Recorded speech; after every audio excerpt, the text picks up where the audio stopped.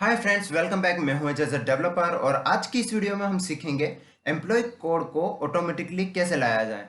उसके बाद join date को भी ऑटोमेटिकली कैसे लाया जाए और यूज़र फॉर्म की डिज़ाइन को उसकी अच्छी लुकिंग के लिए किस तरीके से चेंज किया जाए या उसकी डिज़ाइन को किस तरीके से मॉडिफाई किया जाए। देखो, हमने पिछली वीडियो में सीखा था कि एक डेटा शीट कैसे बना सकते हैं। उसके बाद एक यूज़र फॉर्म किस तरीके से बनाया जाता है, जैसे एम्प्लॉय की डिटेल फिलअप करने के लिए एक यूज़र फॉर्म किस तरीके से बनाते हैं।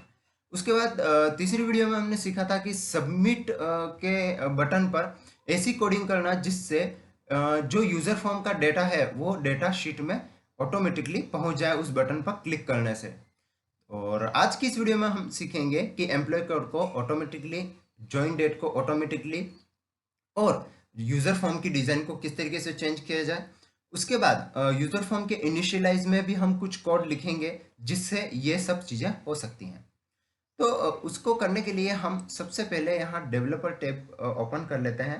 यहाँ डेवलपर टैब हमारा ये ओपन ही है और मैं यहाँ पर ये डेटा जो है वो डिलीट कर देता हूँ। तरीके से मैं ये डेटा डिलीट कर रहा हूँ क्योंकि हम शुरू से लिखेंगे कोड को। अब हम सबसे पहले इसकी डिज़ाइन को थोड़ा सा मॉडिफाई कर लेते हैं कि किस तरीके से हमें डिज़ाइन चाहिए। उसके लिए मैंने यहाँ इस फोल्डर में एक बैकग्राउंड कलर लिया है। ये एक इमेज है,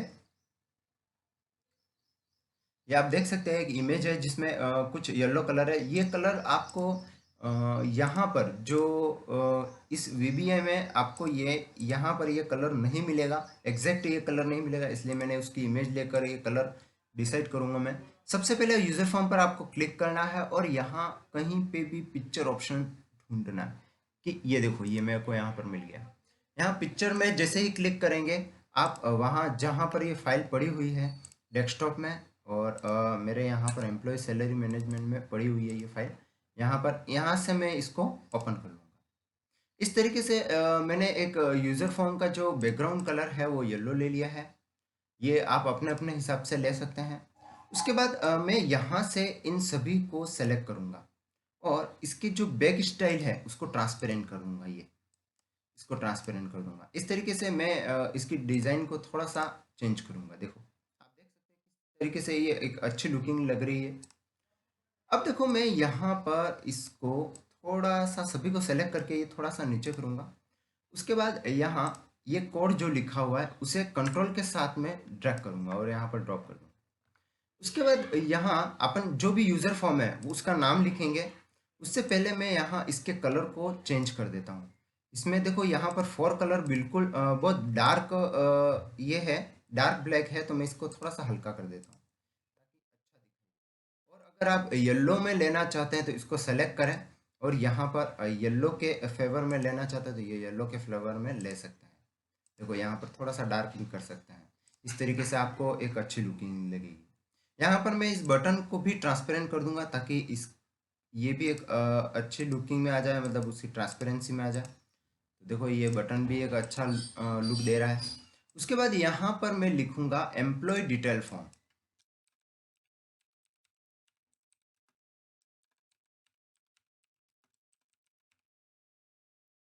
सॉरी, ये कैपिटल और ये दोनों एक साथ हो गया है।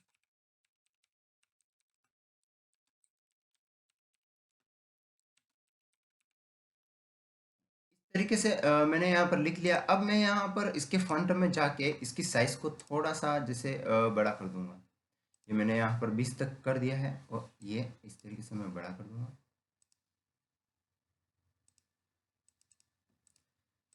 इस तरीके से अपन डबल क्लिक करके इसके एग्जैक्ट साइज पे भी सेलेक्ट कर सकते हैं।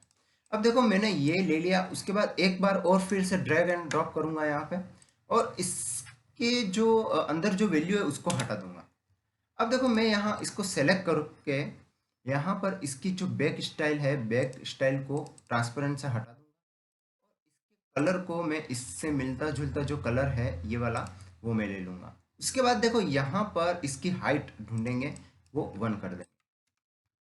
इस तरीके से हम इसकी अंडरलाइन बनाएंगे। देखो, आप देख सकते हैं एक अच्छी अंडरलाइन किस तरीके से बना सकते हैं अपन। ये मैंने इसकी अंडरलाइन बना दी। देखो, मैं पूरे को सेलेक्ट करके थोड़ा सा इधर साइड खिसका दूंगा। अब देखो यहाँ पर मैंने इसको सेलेक्ट किया और कंट्रोल के साथ में इसको ड्रैग किया तो ये डबल लाइन बन गई। एक अच्छी लुकिंग बनाने के लिए आपको ये सब तो करना ही होगा। उसके बाद ये कोड को फिर से मैंने ये इसको कॉपी करके लिया है और यहाँ पर मैं स्टार बना दूंगा।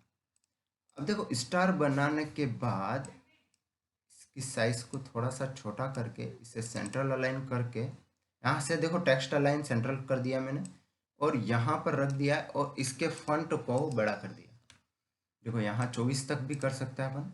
ये यहाँ पर छोटा करना है तो छोटा भी कर सकते हैं, आप जितनी साइज उसकी रखना चाहते हो।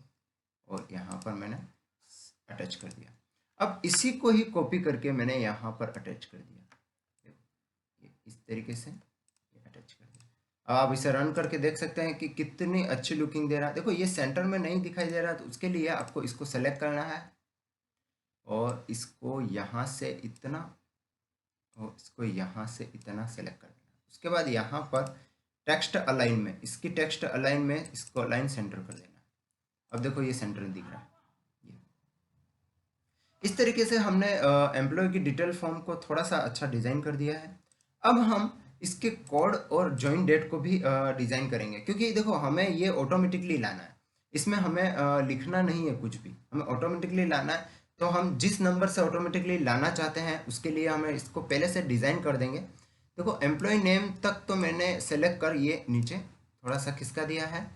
अब देखो ये कोड को मैं यहाँ पर इस तरीके से लूँगा और इसे डिलीट कर दूंगा और इस चीज़ को यहाँ इसके नीचे इसको यहाँ पर इस तरीके से सेट करूँगा और इसे थोड़ा सा छोटा कर दूंगा।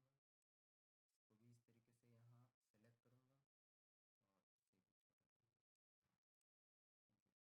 करूँगा और दोनों की साइज थोड़ी सी सेम ही रखेंगे हम।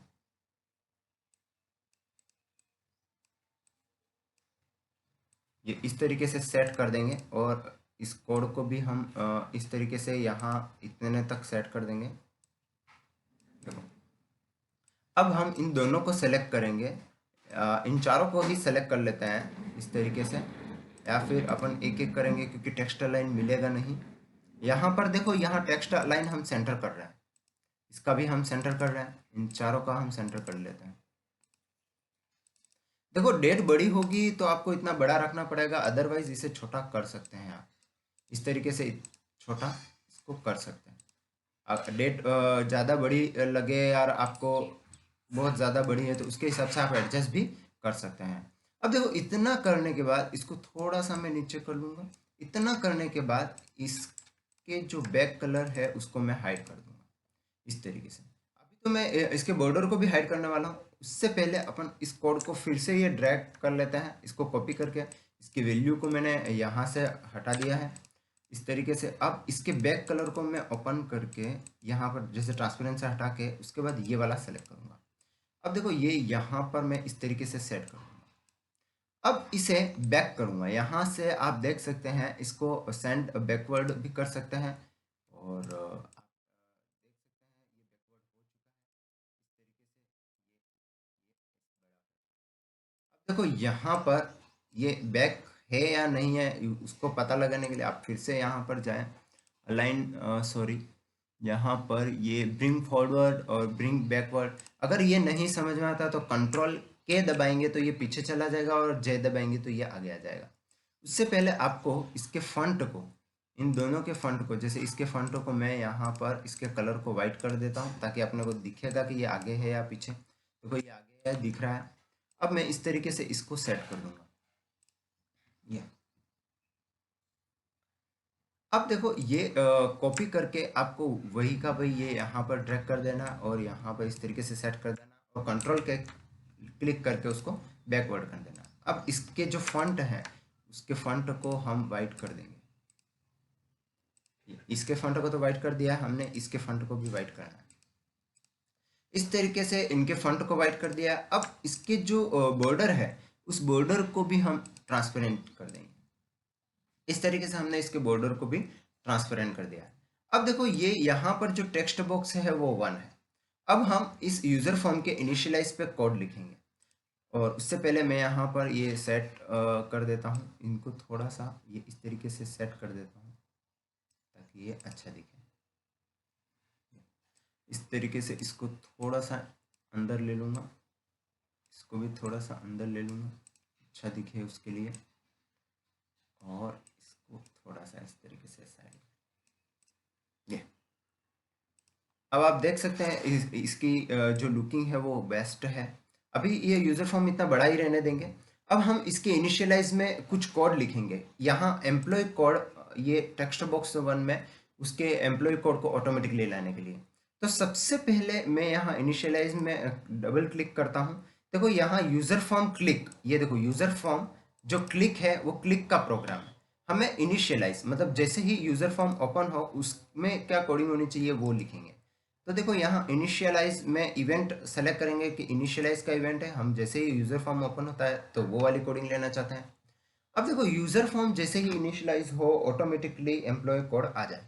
तो एम्प्लॉय कोड को ऑटोमेटिकली लाने के लिए हम सबसे पहले यहाँ पर करंट रॉ काउंट करेंगे।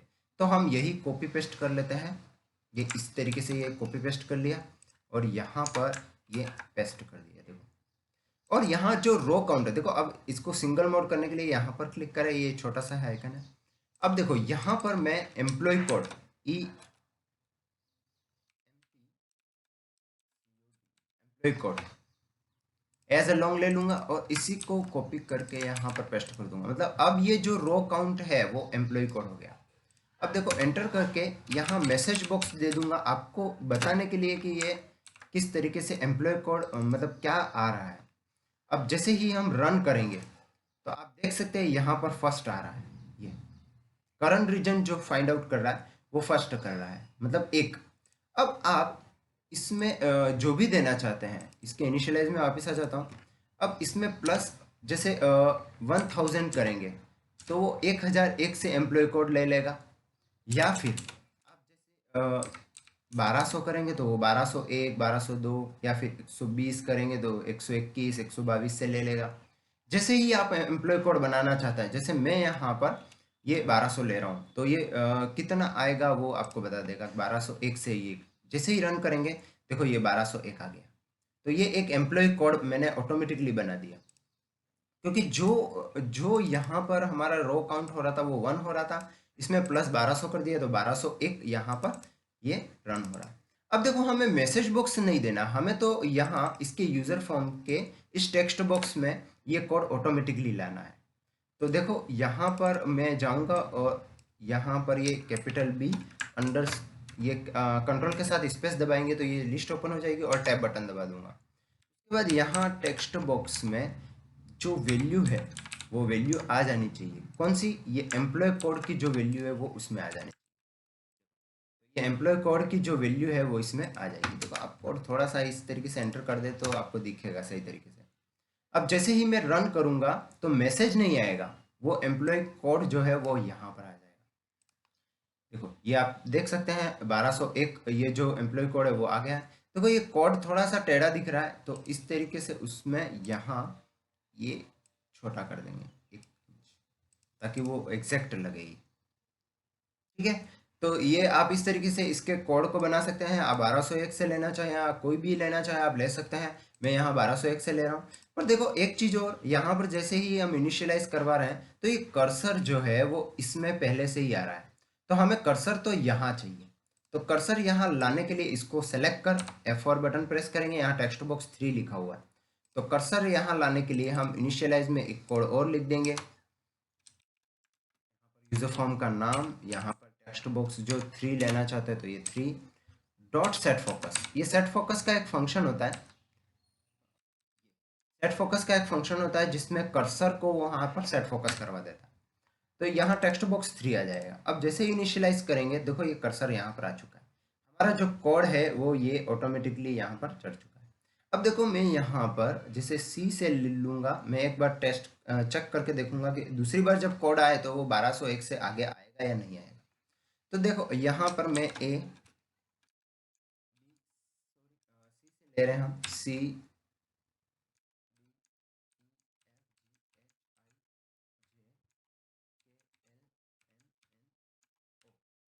हम सबमिट करते हैं तो देखो यहाँ पर 1201 आ गया है। अब हम फिर से इनिशियलाइज कर दें, क्योंकि इनिशियलाइज के इवेंट पे कोड लिखा हुआ है, तो हम इनिशियलाइज पे ही वो आएगा। देखो ये 1202 अपने आप आ गया। अगर हम सबमिट पे चाहिए तो यही कोड हमें सबमिट में लिखना होगा, पर वो में हम बाद में सीखेंगे। पहले तो हम इनिशियलाइज पे इतना कोड लिखना आ जाए हमें, उसके बाद हम जॉइन डेट को भी हमें लिखना है। तो देखो यहाँ पर मैं क्लिक करके जा रहा हूँ और यहाँ पर कमेंट कर देता हूँ कि ये एम्प्लॉय कोड का, ये एम्प्लॉय कोड लिखा हुआ है। तो देखो यहाँ ये इस तरीके से डैश करता हूँ,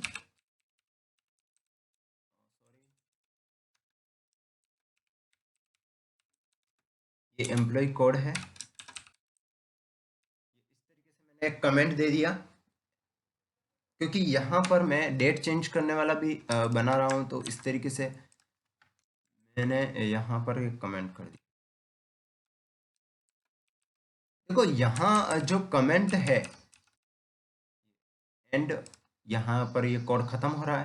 अब यहाँ से जो वो नीचे अगला आएगा। जैसे यहाँ पर मैंने कोट, ये सिंगल कोट से कमेंट होता है, तो ये लाइन इस तरीके से मैंने बना दी। अगर आप इस कमेंट के कलर को चेंज करना चाहते हैं कि थोड़ा और कोई कलर हो, तो यहाँ ऑप्शन में जाके एडिटर फॉर्मेट में, जैसे मेरे को ये चेंज करना है कि ये वाला कलर नहीं लेना, मेरे को कोई और ले लेना है कलर, तो यहाँ पर जो भी आप कलर चॉइस करना चाहते हैं वो कर सकते हैं। जैसे कोई भी कलर, जैसे मैंने ये वाला कलर चॉइस किया, तो देखो इस तरीके से ये कमेंट देने के लिए ये वाला कलर हमने सेलेक्ट कर लिया। देखो अब हम इसी चीज को कॉपी कर लेंगे ताकि हमें कमेंट के लिए बार बार वो नहीं टाइप करना पड़े। हम यहाँ पर डेट की कोडिंग लिखेंगे। अभी इसको मैंने डिलीट कर दिया और यहाँ पर हम लिख देंगे डेट।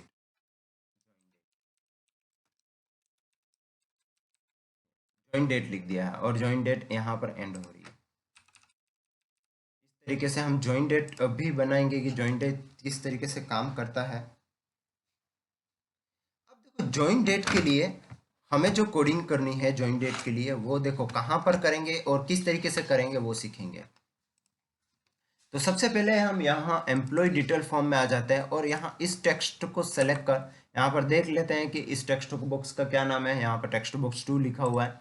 तो हम वापस इनिशियलाइज में जाते हैं और टेक्स्ट बॉक्स 2 में डेट आ जानी चाहिए, उस तरीके की कोडिंग करेंगे। तो हम यहाँ पर सबसे पहले यूजर फॉर्म का नाम, उसके बाद टेक्स्ट बॉक्स, जो भी टेक्स्ट बॉक्स है, टेक्स्ट बॉक्स 2 है तो यहाँ पर 1 को हटा के 2 करना है। डॉट वैल्यू, उसकी वैल्यू में क्या आना चाहिए, तो देखो उसकी वैल्यू में हमें यहाँ पर डेट लिखना है, तो ये डेट आ जाएगी। अब देखो जैसे ही रन करेंगे तो आप देख सकते हैं ये डेट आ गई है। देखो यहाँ पर भी ये थोड़ा सा टेढ़ा दिख रहा है, तो उसको सही कर देते हैं अपन इस तरीके से सेलेक्ट कर, और ये देखो यहाँ डेट ऑटोमेटिकली आ गई है। तो अब हम इसके इनिशियलाइज में जैसे डेट आ रही है, तो जो डेट आ रही है वो इस तरीके की फॉर्मेट में नहीं आ रही है, वो इस तरीके के फॉर्मेट में आ रही है। तो हम उसके फॉर्मेट को चेंज करेंगे। उसके लिए आपको इनिशियलाइज में आना है और इनिशियलाइज में आने के बाद कन्वर्टर डेट का फॉर्मूला लगाना है। जैसे यहाँ पर मैं इसी चीज को कॉपी कर लेता हूँ पहले तो, और यहाँ कन्वर्ट डेट, मतलब कन्वर्ट के लिए हम सी डेट का इस्तेमाल करेंगे। ये कन्वर्ट डेट के लिए इस डेट का इस्तेमाल करेंगे और जो टेक्स्ट बॉक्स, मतलब ये कॉपी करेंगे हम इस तरीके से, और यहाँ इसके ब्रैकेट में इसकी डेट को कन्वर्ट करने के लिए, मतलब इसी में ही कन्वर्ट हो जाएगा। अब किस तरीके से कन्वर्ट हुआ वो भी देख लेते हैं। ये देखो यहाँ पर हमारे 11 तारीख थी, पहले मंथ आ रहा था, अब ये आ रही है। अगर फिर से देखना है तो आपको मैं बता सकता हूँ। ये यहाँ पर इसको कमेंट कर लेते हैं और रन करके बता। देखो ये महीना पहले आ रहा था और डे बीच में आ रहा था, तो हमने इस डेट को कन्वर्ट कर दिया है। इस तरीके से कन्वर्ट करके हम रन करते हैं तो देखो डे पहले आ रहा है और मंथ बीच में आ रहा है।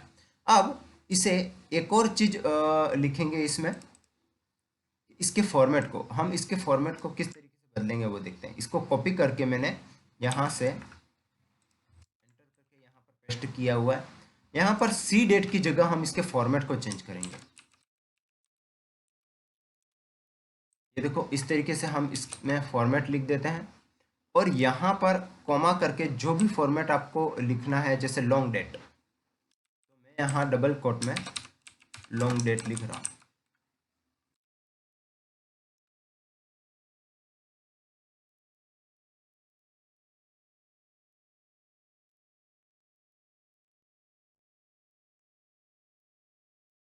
और यहाँ पर जो ब्रैकेट लगाया है वो ब्रैकेट नहीं लगाना है, अपने को एंड में ब्रैकेट लगाना है। ये देखो यहाँ पर जैसे ही एरर आता है तो इस तरीके से हमें स्टॉप कर देता है वो रेड लाइन से। तो अब हम इसे रन करके देखते हैं कि किस तरीके से हमारा जो यहाँ पर देखो जून लिखा था, ये जून आ चुका है, लॉन्ग डेट आ चुकी है, तो 11 जून 2021। अब देखो हमें बार बार इस डेट को चेंज नहीं करना पड़ेगा, जिस दिन को डेट है वही उसी दिन दिन की डेट ऑटोमेटिकली आ जाएगी। अब हम फिर से डेटा को पेस्ट करते हैं, यहाँ पर मैं सी लिखूंगा, सी